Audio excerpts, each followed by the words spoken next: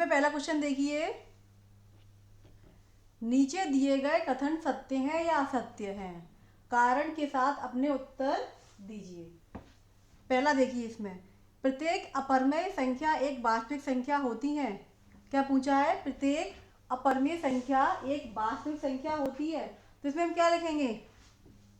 हम जानते हैं वास्तविक संख्या क्या होती है, ऐसी संख्याएं जिसमें परमेय संख्या भी आए और अपरमेय संख्या भी आए, वो क्या होती है? वास्तविक संख्या होती है। और इसमें क्या पूछ रहा है? प्रत्येक अपरमेय संख्या एक वास्तविक संख्या होती है। तो क्या बोलेंगे? हाँ, प्रत्येक अपरमेय संख्या एक वास्तविक संख्या होती है। तो हम लिखेंगे इसमें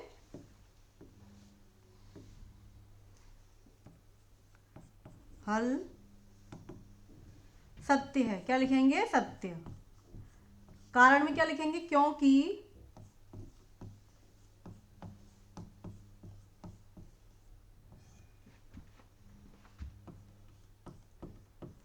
परमेय और अपरमेय संख्या, परमेय और अपरमेय दोनों प्रकार की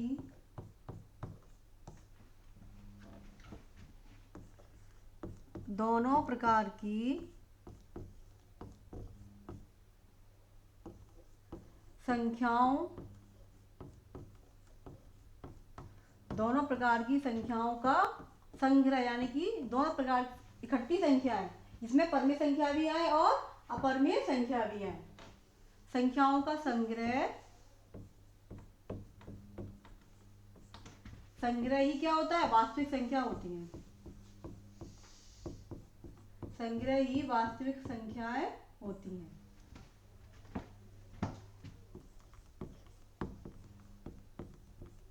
संख्या होती है।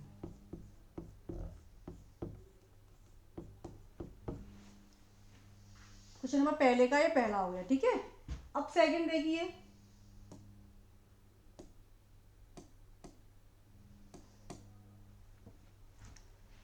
संख्या रेखा का प्रत्येक बिंदु ऋण m के रूप का होता है, जहां m एक प्राकृतिक संख्या है।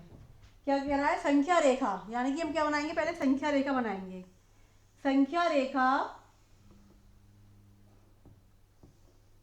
इस तरफ होती है प्लस वाली संख्याएं और इस तरफ होती है माइनस वाली संख्या, ये हम जानते हैं। संख्या रेखा का प्रत्येक बिंदु, यानी कि ये बिंदु दिए हुए हैं, ऋण m के रूप का होता है, ये पूछा है इसमें, जहां m एक क्या है? प्राकृतिक संख्या। तो देखिए यहाँ पे क्या है? बीच में जीरो, ठीक है। जीरो से हम किधर गए? प्लस की तरफ गए। तो प्लस की तरफ जाएंगे, हम जानते हैं ऋण एक का वर्गमूल क्या होता है? ऋण एक का वर्गमूल एक होता है। ऐसे ही इसमें क्या लिखेंगे हम? √4 का वर्गमूल क्या हो गया? 2 हो गया। 9 का वर्गमूल 3 हो गया और 16 का क्या हो गया? 4 हो गया। तो मतलब कहने का मतलब धनात्मक वाली संख्याओं का वर्गमूल क्या हो रहा है? √m के रूप में ही हो रहा है। बट हम अगर हम इस तरफ जाते हैं, माइनस की तरफ जाते हैं, तो क्या होता है? माइनस की तरफ जाएंगे तो इसमें इनका वर्गमूल क्या माइनस के रूप में आएगा? किसमें आएगा? माइनस आएगा। तो इसमें ऐसा, इस तरफ ऐसा पॉसिबल नहीं है, संभव नहीं है, ठीक है। तो इसमें हम क्या लिखेंगे? असत्य है। क्या लिखेंगे? असत्य है। असत्य। क्योंकि संख्या रेखा पर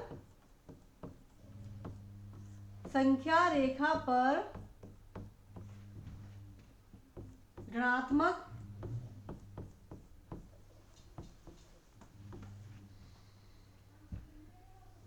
वाली संख्याएं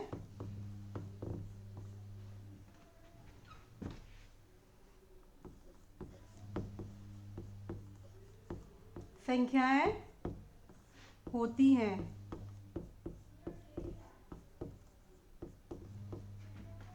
जो किसी भी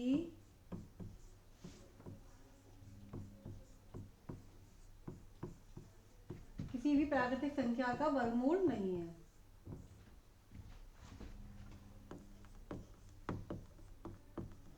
संख्या का वर्गमूल नहीं है। इसलिए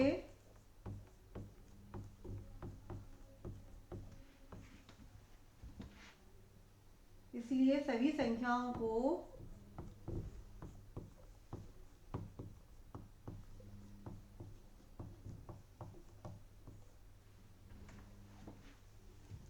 रूट m के रूप में नहीं लिखा जा सकता।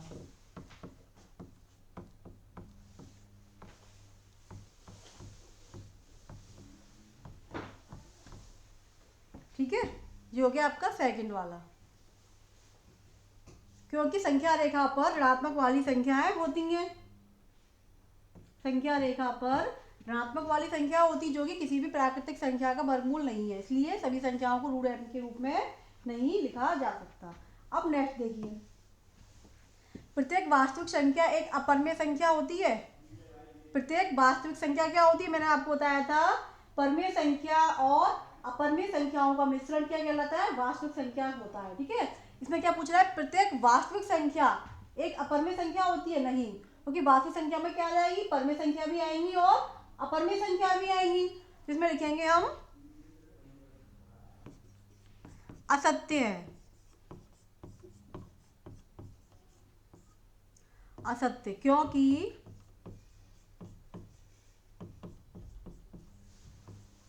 परिमेय संख्या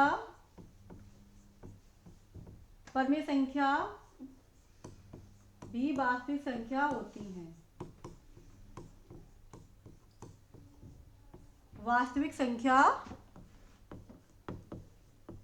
क्योंकि परिमेय संख्या भी क्या होती है, वास्तविक संख्या होती है। इसमें क्या कह रहा है, इसमें बोल रहा है कि प्रत्येक वास्तविक संख्या अपरिमेय होती है, अपरिमेय नहीं होती, अपरिमेय भी होती है और परिमेय भी होती है। ठीक है, तो ये हो गया आपका क्वेश्चन नंबर फर्स्ट।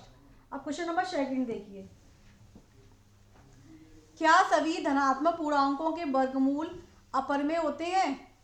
यदि नहीं तो एक ऐसी संख्या के वर्गमूल का उदाहरण दीजिए जो एक परिमेय संख्या है। क्या कह रहा है, सभी धनात्मक पूर्णांकों के वर्गमूल अपरिमेय होते हैं। अब पहले क्या, धनात्मक पूर्णांक किसे कहते हैं, पूर्णांक में क्या आता है, पूर्णांक में हमारा 0 +1 +2 +3 ये होती है पूर्णांक, -1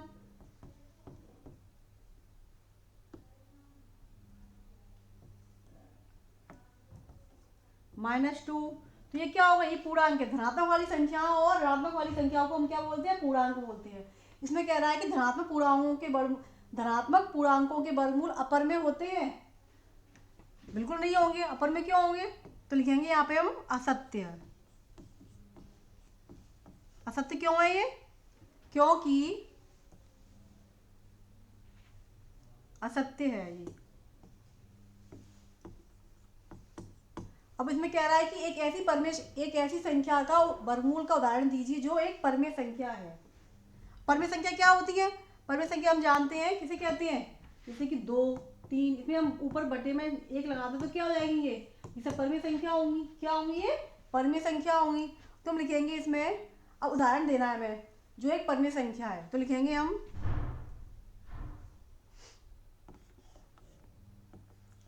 √4, क्या,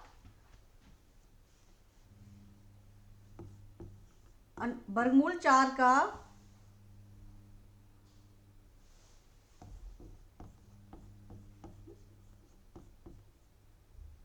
या फिर ऐसे लिख दो, परिमेय संख्या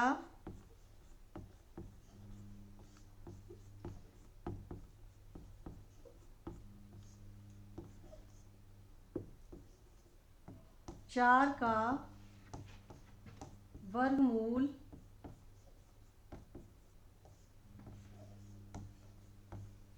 4 का वर्गमूल क्या होता है, 2 होता है। परिमेय संख्या 4 का वर्गमूल क्या होगा, 2, जो कि क्या है,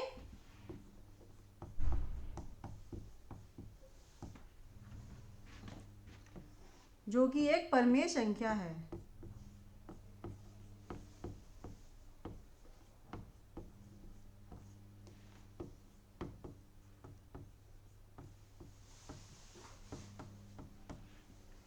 तो आपका क्वेश्चन नंबर ये दूसरा हो गया। ठीक है, देखेंगे, दिखाइए कि संख्या रेखा पर √5 को किस प्रकार निरूपित किया जा सकता है। इसमें हम क्या करेंगे, सबसे पहले हम देखिए हल। सबसे पहले हम देखो √5 को हम किस तरह ले सकते हैं। √5 को हम ले सकते हैं 2 का स्क्वायर प्लस 1 का स्क्वायर बराबर कितना हो जाएगा, ये 4 प्लस 1 बराबर √5। इसे हम ऐसे भी लिख सकते हैं ना। अब देखिए हम क्या करेंगे, सबसे पहले संख्या रेखा बनाएंगे। सबसे पहले हम एक संख्या रेखा ड्रॉ करेंगे।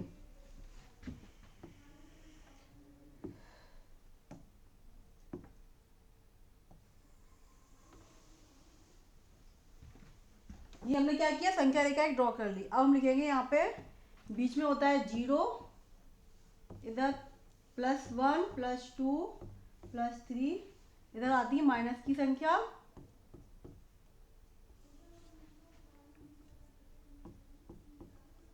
ठीक है, ये हो गया। हम जानते हैं इस दाएं तरफ क्या होता है, दाएं तरफ प्लस वाली संख्या होती है और बाएं तरफ माइनस वाली संख्या होती है। तो हम क्या करेंगे इसमें, अब हम क्या करेंगे, शून्य को हम ए मानेंगे।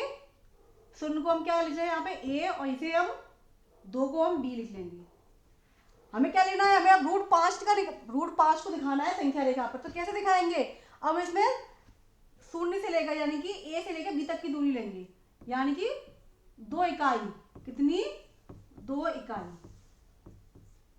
ठीक है, ये हमने ले ली, यहां से लेके यहां तक की दूरी ली हमने 2 इकाई।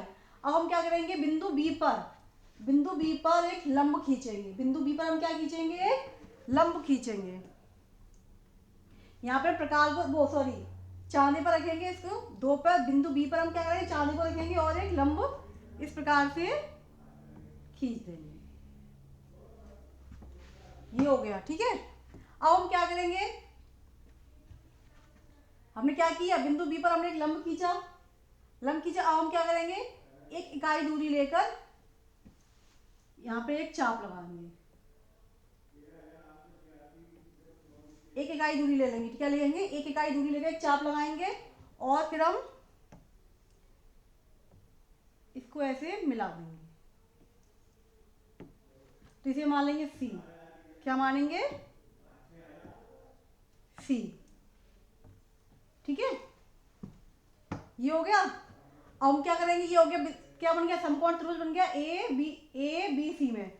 तो हम लिखेंगे यहाँ पे, हम ये दूरी ज्ञात कर लेंगे। अब ए सी की दूरी हमें क्या करनी है, ज्ञात करनी है। तो लिखेंगे हम समकोण त्रिभुज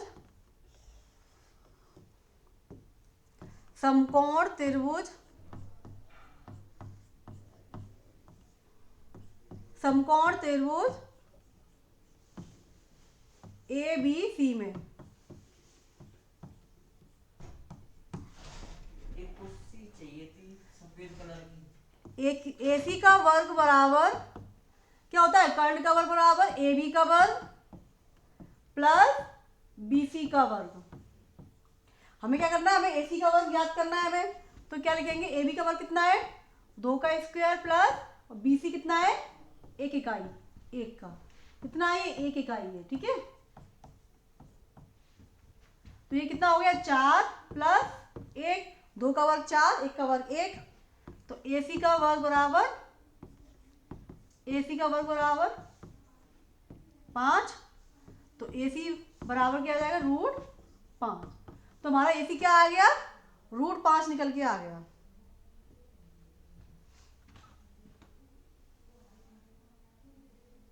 क्या आ गया, √5। ठीक है, अब देखो, अब क्या करेंगे हम अब AC की दूरी ले लेंगे। क्या, AC कितनी है, √5। हम प्रकार में दूरी भरेंगे, दूरी लेकर यहाँ पे एक ऐसे क्या करके, ऐसे करके इस तरह से ऐसे एक चाप लगाएंगे ऐसे। तो चाप लगेगा तो कैसा लगेगा, यहाँ से ऐसे हम चाप लगाएंगे।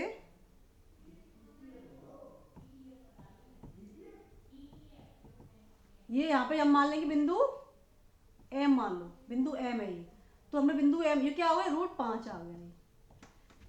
क्या किया हमने, √5 दूरी भर के ए से एक चाप लगा दिया, ठीक है ना। तो ये बिंदु एम क्या हो गया, बिंदु एम √5 की दूरी को दर्शा रहा है, बिंदु एम √5 को निरूपित कर रहा है, ठीक है। तो हम लिखेंगे यहाँ पे, अब समझ में आया ये।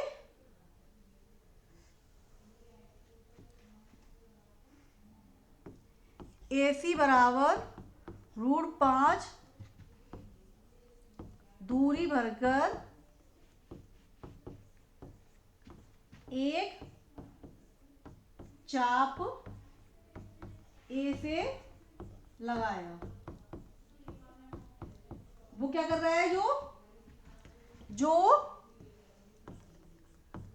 संख्या रेखा पर, जो संख्या रेखा बिंदु P पर प्रतिच्छेदित करता है या फिर काटता है, बिंदु P पर काटता है। बिंदु P है, सॉरी बिंदु M पर, हमने M डाला है तो M लिखेंगे, ठीक है। M पर काटता है, यही बिंदु M, यही बिंदु M √5 को दर्शाता है,